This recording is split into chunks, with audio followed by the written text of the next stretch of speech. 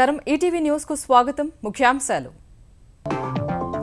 CII భాగస్వామ్య సదస్సులో ఆంధ్రప్రదేశ్ కు పెట్టుబడుల ప్రవాహం 2 రోజుల్లో 3,88,000 కోట్ల రూపాయలకు ఒప్పందాలు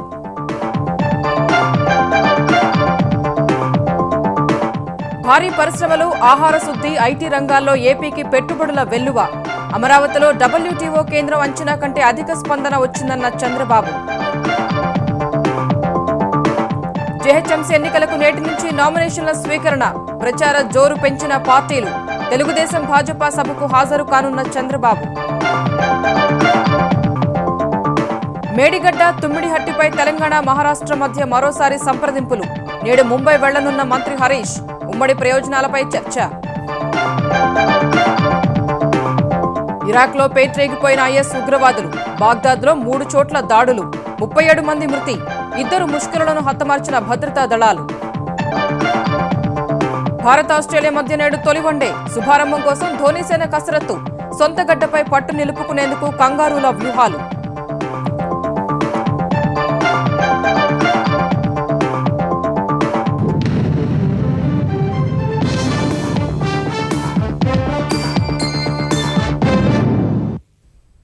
నవ్యాంధ్రప్రదేశ్ అభివృద్ధి కోసం విశాఖలో నిర్వహిస్తున్న భాగస్వామ్య సదస్సు ద్వారా ఆ రాష్ట్ర ప్రభుత్వం ఊహించిన దానికంటే ఎక్కువ పెట్టుబడులు వస్తున్నాయి. భాగస్వామ్య సదస్సులో రెండో రోజు ఆంధ్రప్రదేశ్ ప్రభుత్వం 192,571 కోట్ల రూపాయల విలువైన అవగాహన ఒప్పందాలు కుదుర్చుకుంది. మౌలిక సదుపాయాల కల్పన, ఆహార శుద్ధి, ఇంధన వనరులు, ఐటీ, మైనింగ్, రిటైల్ రంగాల్లో మొత్తం 246 ఒప్పందాలను దేశ విదేశాలకు చెందిన వివిధ సంస్థలు ఖరారు చేసుకున్నాయి. మొదటి 2 రోజుల ఒప్పందాల విలువ 3,88,000 కోట్లకు చేరుకుంది. చివరి రోజైన ఇవాళ కూడా పెద్ద మొత్తంలోనే ఒప్పందాలు ఖరారయ్యే అవకాశం ఉంది.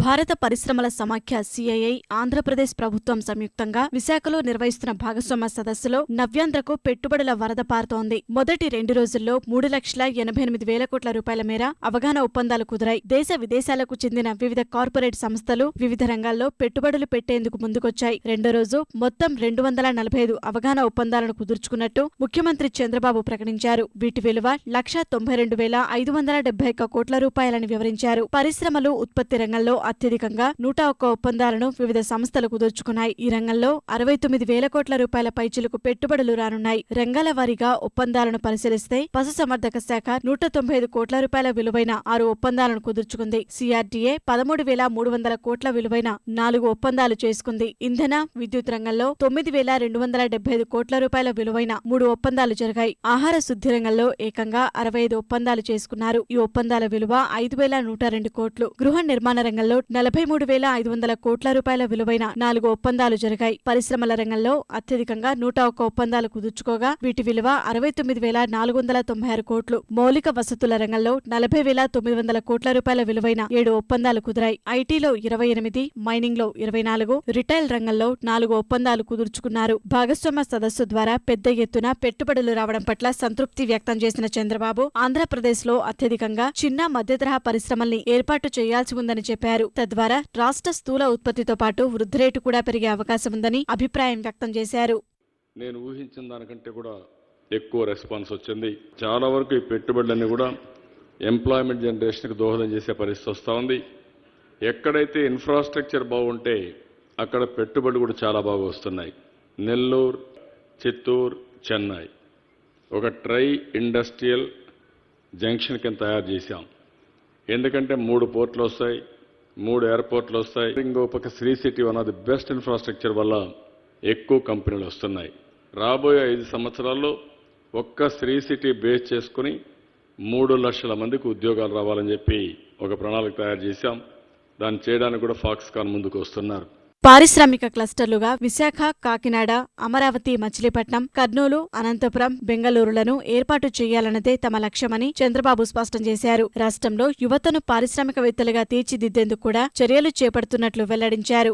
శ్రీకాకుళం నుంచి మనకు నెల్లూరు వరకు, అటు కర్నూలు వరకు ఇన్నోవేషన్స్ ఎక్కువ రావాలని, క్రియేటివిటీ ఎక్కువ రావాలని, ఎంఎస్ఎంఏలు ఎక్కువ రావాలని చెప్పి ఆలోచిస్తున్నాం. ఇప్పటికే సిఐఐ ఆంటర్‌ప్రెన్యూరల్ స్కిల్స్ ని ప్రమోట్ చేయడానికి ఒక ఇన్స్టిట్యూట్ పెట్టడానికి కూడా ముందుకు వచ్చారు. అది కూడా అమరావతిలో పెట్టడానికి ముందుకు వచ్చారు. ల్యాండ్ అలాట్ చేస్తాని వాళ్ళు కూడా స్టార్ట్ చేస్తారు. ఇవన్నీ కూడా స్టార్ట్ అయినప్పుడు ఒక one of the best eco system create చేయడానికి అవకాశం ఉంటుంది. భాగస్వామ్య సదస్సులో ఇవాళ కూడా భారీగానే పెట్టుబడులకు ప్రతిపాదనలు వచ్చే అవకాశముందని ఆంధ్రప్రదేశ్ ప్రభుత్వం అంచనా వేస్తోంది. ఆంధ్రప్రదేశ్లో పరిశ్రమల స్థాపనతో పాటు గృహ నిర్మాణం, రాజధాని అమరావతిలో మౌలిక సదుపాయాల కల్పనకు పలు సంస్థలు ముందుకొచ్చాయి. ఈ మేరకు ఆంధ్రప్రదేశ్ ప్రభుత్వంతో ఒప్పందాలు కుదుర్చుకున్నాయి.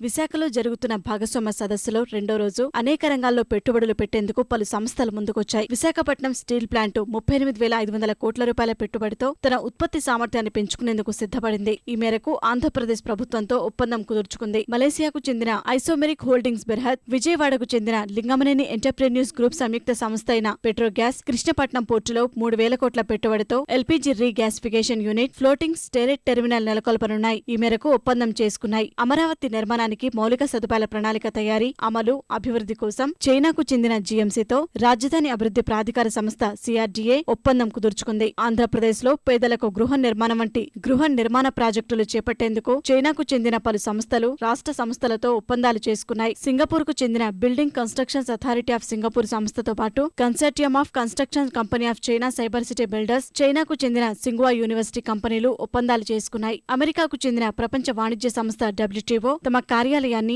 అమరావతిలో ఏర్పాటు చేసేందుకు ఆసక్తి చూపింది. 800 కోట్ల పెట్టుబడితో ఈ కార్యాలయాన్ని ఏర్పాటు చేయనుంది. ప్రపంచవ్యాప్తంగా పరిశ్రమలను సమన్వయం చేసుకుంటూ పెట్టుబడులను తీసుకొచ్చేందుకు అవసరమైన సాయం చేసేలా ఒప్పందం కుదుర్చుకుంది. ఆహార శుద్ధి రంగంలో బ్రిటానియా సంస్థతో పాటు Nagarjuna Constructions, Walmart, Dukes, Cargill Foods, Avanti Feeds సంస్థలు ఎంఓయూలు కుదుర్చుకున్నాయి. పరిశ్రమలకు సంబంధించి విశాఖకు చెందిన సింహాద్రి స్టీల్స్ 7,937 కోట్ల రూపాయల విలువైన ఒప్పందాన్ని చేసుకుంది. ప్రభుత్వ రంగ సంస్థ డ్రెడ్జింగ్ కార్పొరేషన్ ఆఫ్ ఇండియా కూడా అంతర్వేదిలో ప్లాంట్ ఏర్పాటు చేసేందుకు అవగాహన ఒప్పందాన్ని కుదుర్చుకోనుంది. హైదరాబాద్ మహానగరపాలక సంస్థ ఎన్నికలకు నేడు నోటిఫికేషన్ వెలువడనుంది. ఇప్పటికే షెడ్యూల్ విడుదల చేసిన తెలంగాణ ఎన్నికల కమిషన్ ఈ ఉదయం ఆయా వార్డుల వారీగా నోటిఫికేషన్ విడుదల చేసి నేటి నుంచి నామినేషన్లు స్వీకరించనుంది. ఇందుకోసం గ్రేటర్ ఎన్నికల్లో తొలిసారిగా ఒక్కో వార్డుకు ఒక్కో రిటర్నింగ్ అధికారిని ఎన్నికల సంఘం నియమించింది. పార్టీల వారీగా అభ్యర్థులను ఇంకా ఖరారు చేయకపోయినప్పటికీ నిబంధనల ప్రకారం నామినేషన్ల స్వీకరణకు ఎన్నికల సంఘం ఏర్పాట్లు పూర్తి చేసింది. ఉదయం 11 గంటల నుంచి ఈ నెల 17 మధ్యాహ్నం 3 గంటల వరకు నామినేషన్లు దాఖలు చేసేందుకు ఏర్పాట్లు చేసింది. ఈ నెల 14, 15 తేదీల్లో సంక్రాంతి సెలవులు ఉన్నందున 12, 13, 16, 17 తేదీల్లో నామినేషన్ల ప్రక్రియ పూర్తి చేయాల్సి ఉంటుంది. ఈ నెల 18న నామినేషన్ల పరిశీలన ఉంటుంది. ఈ నెల 21లోగా నామినేషన్ల ఉపసంహరణకు గడువిచ్చిన ఎన్నికల కమిషన్ అదే రోజు సాయంత్రం బరిలో నిలిచిన అభ్యర్థుల జాబితాను ప్రకటించనుంది. ఫిబ్రవరి 2న పోలింగ్, 5న ఓట్ల లెక్కింపు చేపట్టనున్నారు. జీహెచ్ఎంసీ ఎన్నికల కోసం తెలంగాణ ఈసీ దాదాపు 46,000 మంది సిబ్బందిని వినియోగిస్తోంది. ఇదే సమయంలో రాజకీయ పార్టీలు జీహెచ్ఎంసీ ఎన్నికల ప్రచారాన్ని ముమ్మరం చేశాయి. అన్ని పార్టీల ముఖ్య నేతలు అభ్యర్థులను అన్వేషిస్తూనే ప్రచారాన్ని కొనసాగిస్తున్నారు. ఈ దిశలో ముందున్న అధికార తెరాస తరఫున మంత్రులు తమకు కేటాయించిన డివిజన్లలో విస్తృత ప్రచారం చేస్తున్నారు. ఆంధ్రప్రదేశ్ విభజనతో 2 తెలుగు రాష్ట్రాలు అభివృద్ధిలో దూసుకుపోతున్నాయని తెలంగాణ ఐటీ, పంచాయతీరాజ్ శాఖ మంత్రి కేటీఆర్ చంపాపేటలో జరిగిన తెరాస కార్యకర్తల సమావేశంలో వ్యాఖ్యానించారు. హైదరాబాద్లో సీమాంధ్రులకు రక్షణ ఉందన్న దుష్ప్రచారాన్ని పటాపంచలు చేశామన్న ఆయన ప్రాంతాలుగా విడిపోయినప్పటికీ అన్నదమ్ముల్లా కలిసి ఉందామని తెరాస మొదటి నుంచి చెబుతోందని కేటీఆర్ గుర్తు చేశారు. విడిపోతేనే బాగుపడతాం, విడిపోతేనే ఆంధ్ర బాగుపడుతుంది, తెలంగాణ బాగుపడుతుంది అని చెప్పినాం. మరి ఈ 18 నెలల్లో మేము చెప్పింది నిజమా కాదా? ఒకవేళ వేరుపడకపోతే విజయవాడ పక్కనే ఉన్న గన్నవరం అంతర్జాతీయ విమానాశ్రయం ఎప్పటికైనా అయి ఉండేదా? తిరుపతిలో కొత్తగా ఒక విమానాశ్రయ టెర్మినల్ వచ్చేదా? అమరావతి లాంటి కొత్త నగరానికి అంకురార్పణ జరిగేదా? ఒక ఎయిమ్స్ వచ్చిందంటే, ఐఐటి వచ్చిందంటే, ఐఐఎం వచ్చిందంటే ఇదంతా కూడా విభజన వల్ల, తెలంగాణ ఏర్పాటు వల్ల జరిగిన అభివృద్ధి కాదా? ఒక్కసారి మీరు ఆలోచించాలని నేను కోరుతా ఉన్నా. జీహెచ్ఎంసీ ఎన్నికల ప్రచారానికి తెలుగుదేశం, భారతీయ జనతా పార్టీ కూటమి సిద్ధమైంది. ఇప్పటికే క్షేత్రస్థాయిలో ప్రచారం ప్రారంభించిన 2 పార్టీలు నేడు నిజాం కళాశాల మైదానంలో భారీ బహిరంగ సభ నిర్వహించనున్నాయి. తెలుగుదేశం జాతీయ అధ్యక్షుడు, ఆంధ్రప్రదేశ్ ముఖ్యమంత్రి చంద్రబాబు, కేంద్ర మంత్రులు బండారు దత్తాత్రేయ, జేపీ నడ్డా సహా ఇరు పార్టీలకు చెందిన రాష్ట్ర నాయకులు పాల్గొనే ఈ సభ కోసం భారీ ఏర్పాట్లు చేస్తున్నారు. నిజాం కళాశాల మైదానంలో ఏర్పాట్లను పరిశీలించిన తెలుగుదేశం, భాజపా నేతలు ఎల్ రమణ, ఎర్రబెల్లి దయాకర్రావు, కె లక్ష్మణ్ తమ కూటమిని దెబ్బతీసేందుకు మజ్లిస్తో కలిసి తెరాస పన్నుతున్న కుట్రలు పారబోవని చెప్పారు. జీహెచ్ఎంసీ డిప్యూటీ మేయర్ స్థానాన్ని సీమాంధ్ర ప్రాంత వ్యక్తికే ఇవ్వాలని నిర్ణయించినట్లు చెప్పారు. రేపు 2 పార్టీలకు చెందిన ఎన్నికల దార్శనిక పత్రం విడుదల చేయనున్నట్టు వెల్లడించారు. కేంద్రంలో వాజ్పేయి గారు ప్రధానమంత్రిగా ఉన్నప్పుడు, చంద్రబాబు నాయుడు గారు ముఖ్యమంత్రిగా ఉమ్మడి ఆంధ్రప్రదేశ్ లో ఉన్నప్పుడే జీహెచ్ఎంసీ ఎన్నికలలో 2 పార్టీలు కలిసి పోటీ చేసి మేయర్, డిప్యూటీ మేయర్ స్థానాన్ని కైవసం చేసుకుని హైదరాబాద్ ఇమేజ్ పెంచింది. ఆనాడు ఎన్నికలలో చెప్పిన విధంగా చెహర్ అమారా, మేయర్ అమారా, అమన్ శాంతి అని చెప్పని ప్రజల్లోకి వెళ్ళినాం. ఆనాడు మేయర్ స్థానాన్ని కైవసం చేసుకున్నాం. తిరిగి అదే నినాదంతో ఈరోజు మళ్ళీ 2 పార్టీలు కలిసి పోటీ సందర్భంలోనే టీడీపీ, బీజేపీ కార్యకర్తల మహాసభ నిర్వహించుకుంటున్నాం. టీఆర్ఎస్ కనుక పొరపాటున హైదరాబాద్ ప్రజలు ఓటు వేసినట్టయితే హైదరాబాద్ లో ఎంఐఎం యొక్క అజెండాను అమలు చేసేదానికి ఈరోజు చాలా స్పష్టంగా కుట్రలు జరుగుతూ ఉన్నాయి. టీఆర్ఎస్ పార్టీ మొదటి నుంచి కూడా ఎంఐఎం ను ఈ హైదరాబాద్ లో గట్టెక్కించడానికి పన్నెండు కుట్రలు. హైదరాబాద్ ప్రజలు ఖచ్చితంగా ఈ రోజు బీజేపీ, టీడీపీ అభ్యర్థులు గెలిపించడానికి వారు సర్వంగా సిద్ధంగా ఉన్నారు. జీహెచ్ఎంసీ ఎన్నికల కోసం కాంగ్రెస్ కూడా ముమ్మర కసరత్తు చేస్తోంది. గాంధీ భవన్లో జరిగిన సమన్వయ కమిటీ సమావేశానికి తెలంగాణ పీసీసీ అధ్యక్షుడు ఉత్తమ్ కుమార్ రెడ్డి, కార్యనిర్వాహక అధ్యక్షుడు భట్టి విక్రమార్క, పలువురు నేతలు హాజరై గ్రేటర్ ఎన్నికల్లో అనుసరించాల్సిన వ్యూహాలపై చర్చించారు. ఈ నెల 14, 15, 16 తేదీల్లో 3 విడతలుగా కార్పొరేటర్ అభ్యర్థులను ప్రకటిస్తామని ఉత్తమ్ కుమార్ రెడ్డి చెప్పారు. హైదరాబాద్లో కాంగ్రెస్ చేసిన అభివృద్ధిని మేనిఫెస్టోలో పొందుపరుస్తామన్న ఆయన జీహెచ్ఎంసీ పీఠాన్ని తెరాస గెలవకపోతే మంత్రి పదవికి రాజీనామా చేస్తానన్న కేటీఆర్ సవాలును పట్టించుకోబోమని వ్యాఖ్యానించారు. హైదరాబాద్ ని విశ్వనగరంగా మార్చిన కాంగ్రెస్ ప్రభుత్వం ఆ విషయాలు ప్రజల్లోకి తీసుకుపోవాలని, టీఆర్ఎస్ పార్టీ ఊటకు మాటలు ప్రజల్లోకి తీసుకుపోవాలని ఒక మంచి మేనిఫెస్టో తయారు చేసి 2 రోజుల్లో విడుదల చేయాలని చెప్పి నిర్ణయం చేయడం జరిగింది. వాళ్ళు ఏ మాట చెప్పినా నమ్మశక్యం కాదు కదా. వాళ్ళు ఏది నిజం చెప్పరు కాబట్టి ఎటువంటి మాటలైనా మాట్లాడతారు. దాని గురించి మరి వాళ్ళ ముఖ్యమంత్రి గారు మాట్లాడితే స్పందిద్దాం. పఠాన్కోట్ వైమానిక స్థావరంపై ఉగ్రదాడికి సంబంధించి పాకిస్తాన్లో తనిఖీలు కొనసాగుతున్నాయి. ఇప్పటికే కొంతమందిని పాక్ పోలీసులు అరెస్టు చేసినట్లు నిఘా వర్గాలు తెలిపాయి. దాడి సమయంలో ముష్కరులు మాట్లాడిన పాకిస్తాన్లోని వ్యక్తుల ఫోన్ నంబర్లను ఇప్పటికే భారత నిఘా సంస్థలు పాకిస్తాన్కు అందించగా వాటి ఆధారంగా పాక్ అధికారులు గుజరన్వాలా, జీలం, బాహావల్పూర్ జిల్లాల్లో సోదాలు నిర్వహించి కొంతమందిని అదుపులోకి తీసుకున్నట్లు తెలుస్తోంది. ఉగ్రదాడిలో వారి పాత్ర ఉందా లేదా, దాడికి వారు సహకరించారా అనే కోణంలో దర్యాప్తు సాగుతోంది. పఠాన్కోట్ ఉగ్రదాడిపై విచారణ కోసం పాకిస్తాన్ ప్రధాని నవాజ్ షరీఫ్ సంయుక్త దర్యాప్తు బృందం ఏర్పాటు చేసిన తర్వాత విచారణ జోరందుకుంది. దర్యాప్తు పారదర్శకంగా జరుగుతుందని, దోషులను వదిలే ప్రసక్తే లేదని నవాజ్ షరీఫ్ ఇప్పటికే ప్రకటించారు. దేశానికి హాని చేసే వ్యక్తి లేదా సంస్థకు ఆ దుశ్చర్యతో కలిగే బాధను స్వయంగా అనుభవించే విధంగా చేయాల్సిన అవసరం ఉందని రక్షణ మంత్రి మనోహర్ పారికర్ అభిప్రాయపడ్డారు. శత్రువులకు ఎప్పుడు ఎలా బుద్ధి చెప్పాలన్న అంశంపై భారతే తుది నిర్ణయమని ఢిల్లీలో సైన్యం నిర్వహించిన సదస్సులో వ్యాఖ్యానించారు. శత్రువును హతమార్చడమే ప్రథమ లక్ష్యంగా జవాన్లు పోరాడాలన్న పారికర్ ఉగ్రవాదాడుల్ని ముందే పసిగట్టి తిప్పికొట్టేందుకు పటిష్ట వ్యవస్థను ఏర్పాటు చేసుకోవాల్సి ఉందన్నారు. If someone is harming this country, I think that particular individual or that organization should also receive the pain of such activity. Until this pain can be transmitted, he will always enjoy giving pain to us. We are proud of 7 soldiers, but I get pained when my soldiers die. I always tell them that you think of concept of taking life of your enemy or enemy of the country instead of giving your life. Sacrifice is always respected, absolutely, beyond doubt. But I think what nation needs is neutralize your enemy. ఇరాక్లో Islamic state ఉగ్రవాదులు నరమేధం సృష్టించారు. రాజధాని Baghdad సహా వేర్వేరు ప్రాంతాల్లో జరిపిన bomb దాడుల్లో 37 మందిని బలి తీసుకున్నారు. బాగ్దాద్లోని ఓ వాణిజ్య సముదాయం ముందు ఆత్మాహుతి దాడికి పాల్పడి 12 మందిని పొట్టన పెట్టుకున్నారు. మరో 30 మంది గాయపడ్డారని అధికారులు తెలిపారు. మరికొందరు ఉగ్రవాదులు వాణిజ్య సముదాయంలోకి ప్రవేశించి కొందరిని బందీలుగా తీసుకున్నట్లు మొదట ప్రచారం జరగ్గా భద్రతా సిబ్బంది భవనంపై నుంచి లోపలికి ప్రవేశించి 2 ముష్కరులను హతమార్చారు. మరో 4 ఉగ్రవాదులను అరెస్టు చేసినట్లు ప్రకటించారు. ఈ ప్రయత్నంలో 4 పోలీసులు ప్రాణాలు కోల్పోయారు. ఈ దాడికి తామే బాధ్యులమని ఐఎస్ ప్రకటించింది. మరో ఘటనలో ఆగ్నేయ బాగ్దాద్లో రద్దీగా ఉండే మార్కెట్లో కారు బాంబు పేల్చగా 20 మంది మృతి చెందారు. బాగ్దాద్లోనే మరో దాడిలో 5 ప్రాణాలు కోల్పోయారు. గోదావరి నదిపై ప్రతిపాదిత ప్రాజెక్టులకు సంబంధించి మహారాష్ట్ర ప్రభుత్వంతో చర్చించేందుకు తెలంగాణ నీటిపారుదల శాఖ మంత్రి హరీష్ రావు నేడు ముంబై వెళ్లనున్నారు. తుమ్మిడిహట్టి, మేడిగడ్డ బ్యారేజీలు సహా చనాక, కొరాట బ్యారేజీ నిర్మాణంపై మహారాష్ట్ర నీటిపారుదల శాఖ మంత్రి గిరీష్ మహాజన్తో హరీష్ చర్చిస్తారు.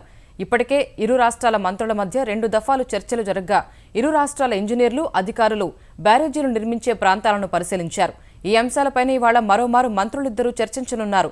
మేడిగడ్డ బ్యారేజీ పూర్తిస్థాయి నీటి మట్టాన్ని 103 మీటర్లకు అనుమతిస్తే మహారాష్ట్ర కూడా నీటిని వినియోగించుకోవచ్చని 30,000 నుంచి 40,000 ఎకరాల ఆయకట్టు సాగు చేసుకోవచ్చని హరీష్ రావు సూచించనున్నారు. అటు చెనాక కొరాటా బ్యారేజ్ నిర్మాణానికి సంబంధించి ముసాయిదా ఒప్పందంపై చర్చించి తుదిరూపు ఇవ్వనున్నారు. నీటిపారుదల ప్రాజెక్టులకు కేంద్రం నుంచి నిధులు రాబట్టుకునేందుకు తెలంగాణ సర్కారు జలమిషన్ ఏర్పాటు చేసింది. ప్రతి రాష్ట్ర నీటి అవసరాలకు సంబంధించి ప్రత్యేక ప్రణాళిక ఉండాలన్న కేంద్ర ప్రభుత్వ సూచన మేరకు ఈ కమిషన్ ఏర్పాటు చేసినట్టు వెల్లడించింది. ప్రధానమంత్రి కృషి సించాయ్ యోజన, కేంద్ర నిధుల కోసం జలమిషన్ ఉన్నత స్థాయి కమిటీ, సాంకేతిక కమిటీలు ఏర్పాటు చేసింది. ప్రభుత్వ ప్రధాన కార్యదర్శి అధ్యక్షతన 9 మంది సభ్యులతో ఉన్నత స్థాయి కమిటీ, వాలంటరీ డైరెక్టర్ జనరల్ అధ్యక్షతన 14 మంది సభ్యులతో సాంకేతిక కమిటీ ఏర్పాటు చేస్తూ తెలంగాణ సర్కారు ఉత్తర్వులు జారీ చేసింది.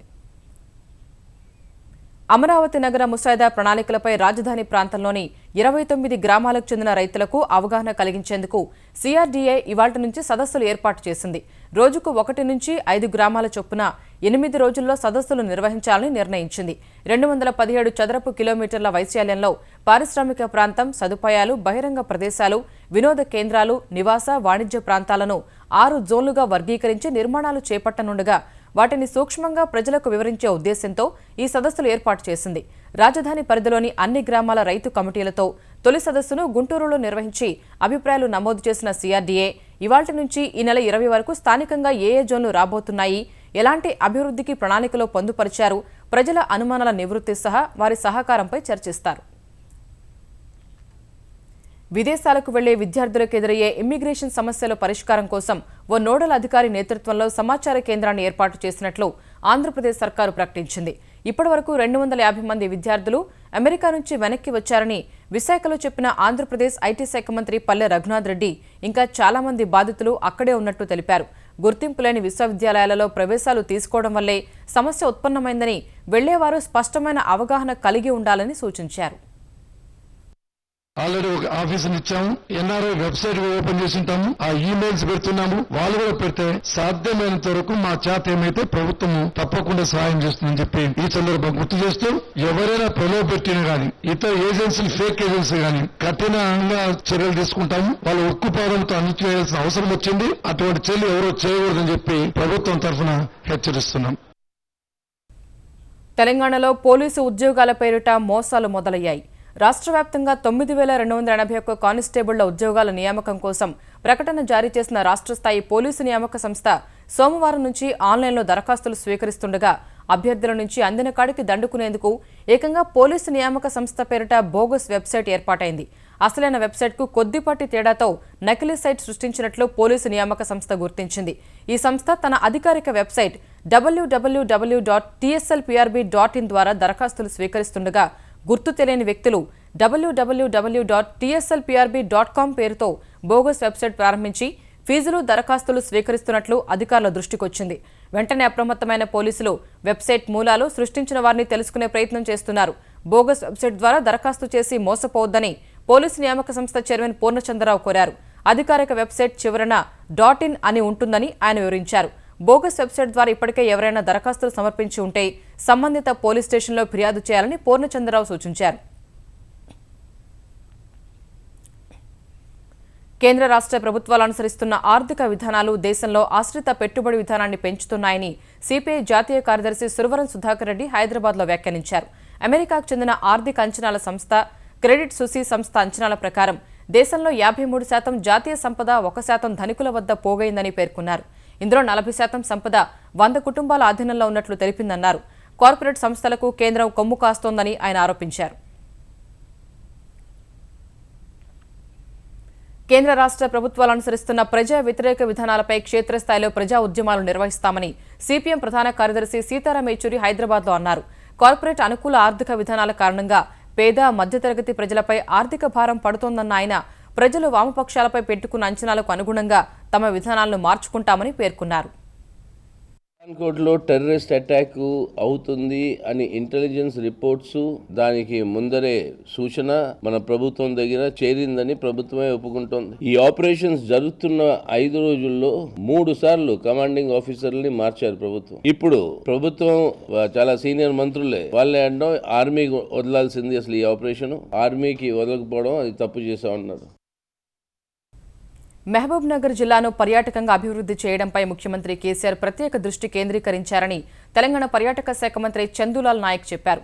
జిల్లాలోని సోమశిల, జట్రప్రోలు ప్రాంతాల్లో పర్యాటకుల కోసం అతిథి గృహాలను కృష్ణానదిలో విహరించేందుకు లాంచ్ సౌకర్యాన్ని మంత్రి జూపల్లి కృష్ణారావు పర్యాటకాభివృద్ధి సంస్థ చైర్మన్ పేర్వారం రాములతో కలిసి ఆయన సోమవారం ప్రారంభించి లాంచీలో విహరించారు. ప్రకృతి అందాలతో అలరారే పాలమూరు జిల్లాను గత ప్రభుత్వాలు నిర్లక్ష్యం చేశాయని చందులాల్ ఆవేదన వ్యక్తం చేశారు. వరంగల్ జిల్లాలో వచ్చే నెలలో జరగనున్న సమ్మక్క సారలమ్మ జాతరకు 3700 ప్రత్యేక బస్సు సర్వీసులు నడపనున్నట్లు తెలంగాణ రవాణా శాఖ మంత్రి మహేందర్ రెడ్డి తెలిపారు. కరీంనగర్లో తెలంగాణ ఆర్థిక మంత్రి ఈటల రాజేందర్తో కలిసి సమ్మక్క సారక్క జాతరకు జరుగుతున్న ఏర్పాట్లపై సమీక్షించిన మహేందర్ రెడ్డి జాతరకు వచ్చే భక్తుల్లో 20 లక్షల మంది ఆర్టీసీలోనే వస్తున్నారని అంచనా వేసినట్టు తెలిపారు. అందుకు తగ్గట్టు ఏర్పాట్లు చేస్తున్నట్టు వివరించారు. పైన వస్తున్నటువంటి 45 జిల్లాల ప్రజలందరికీ కూడా ఎలాంటి ఇబ్బందులు లేకుండా ప్రయాణం చేయడానికి ఆర్టీసీ అవకాశం కలిగించింది. దీనికి గౌరవ ముఖ్యమంత్రి గారు కూడా 50 ఎకరాలు పార్కు చేసేందుకే ల్యాండ్ కూడా అలాట్ చేస్తున్నారు. దీనికి గాను 1,90,00,000 అంటే దాదాపు 2 కోట్ల వరకు కూడా గౌరవ ముఖ్యమంత్రి గారు ఇచ్చినారు. 11,000 మంది కూడా ఈ జాతర సందర్భంగా పనిచేయడం జరుగుతుంది. సంక్రాంతికి సొంతూళ్లకు వెళ్తున్న వారితో హైదరాబాద్ మహాత్మాగాంధీ, జేబీఎస్ శివారు ప్రాంతాల్లోని బస్టాండ్లు కిక్కిరిసిపోయాయి. ప్రయాణికుల రద్దీ దృష్ట్యా ఏపీఎస్ఆర్టీసీ ఎన్నడూ లేనంతగా ఈసారి 5,500 ప్రత్యేక బస్సులను ఏర్పాటు చేసి ఈ నెల 14 వరకు నడుపుతోంది. సోమవారం రాత్రే 1,100 ప్రత్యేక బస్సులో ప్రయాణికులను తరలించారు. రెగ్యులర్ సర్వీసులో 2 నెలల ముందుగానే రిజర్వేషన్లు పూర్తవడం వల్ల ప్రత్యేక బస్సులను ఆశ్రయిస్తున్న ప్రయాణికుల నుంచి 50% అదనపు ఛార్జీలు వసూలు చేస్తున్నారు. పెంచిన ఛార్జీలతో తమ జేబులు ఖాళీ అవుతున్నాయని ప్రయాణికులు ఆవేదన వ్యక్తం చేశారు. హైదరాబాద్లో గాలిపటాల ఎగురవేతపై నగర పోలీస్ కమిషనర్ మహేందర్ రెడ్డి నిషేధం విధించారు. శాంతి భద్రతల దృష్ట్యా ఈ నిర్ణయం తీసుకున్నట్లు ఆయన తెలిపారు. సంక్రాంతిని దృష్టిలో పెట్టుకుని ఈ నెల 14 ఉదయం 6 గంటల నుంచి 16 ఉదయం 6 గంటల వరకు నిషేధం అమల్లో ఉంటుందని ఆయన స్పష్టం చేశారు. బహుళ అంతస్తులు, పెద్ద పెద్ద భవంతులపై నుంచి గాలిపటాలు ఎగురవేయకుండా తమ పిల్లలను నియంత్రించాలని తల్లిదండ్రులకు సూచించారు. అనుకోని ఘటనలు చోటు చేసుకోకుండా చూసేందుకే ఈ నిషేధం విధించినట్లు మహేందర్ రెడ్డి స్పష్టం చేశారు. గాలిపటాల కోసం రహదారులపై పరుగులు తీయొద్దని, విద్యుత్ స్తంభాలు ఎక్కవద్దని సూచించారు. జమ్మూ కశ్మీర్లో ప్రభుత్వ ఏర్పాటుపై అనిశ్చితి కొనసాగుతోంది. మాజీ ముఖ్యమంత్రి ముఫ్తీ మహమ్మద్ సయీద్ మృతి తర్వాత సంతాప దినాలు పూర్తయినా శాసనసభాపక్ష సమావేశ ఏర్పాటుపై పీడీపీ అధ్యక్షురాలు మెహబూబా ముఫ్తీ ఇంకా ఎలాంటి నిర్ణయం తీసుకోలేదు. సయీద్ ప్రభుత్వంలో పీడీపీకి మద్దతు ఇచ్చిన భాజపా మెహబూబా ముఫ్తీని తదుపరి ముఖ్యమంత్రిగా అంగీకరిస్తూ లిఖితపూర్వకంగా ఇప్పటివరకు ఎలాంటి మద్దతు ప్రకటించలేదు. ఆదివారం కాంగ్రెస్ అధినేత్రి సోనియా గాంధీ సయీద్ మృతికి సంతాపం తెలిపేందుకు మెహబూబాతో భేటీ కావడం రాజకీయంగా అనేక ఊహాగానాలకు తెరతీగా భాజపాను కాదని గతంలో భాగస్వామ్య పక్షంగా ఉన్న కాంగ్రెస్తో పీడీపీ పొత్తు పెట్టుకోవడంపై సందేహాలు తలెత్తాయి. సోనియా వెళ్లిన కొద్దిసేపటికే కేంద్ర మంత్రి నితిన్ గడ్కరీ మెహబూబాతో సమావేశమవడం కూడా ప్రాధాన్యం సంతరించుకుంది. అయితే జమ్మూ కశ్మీర్లో పీడీపీతో తమ బంధం కొనసాగుతుందని భాజపా జాతీయ ప్రధాన కార్యదర్శి రామ్ మాధవ్ ఆశాభావం వ్యక్తం చేశారు. ఈటీవీ న్యూస్ సమాప్తం. నమస్కారం.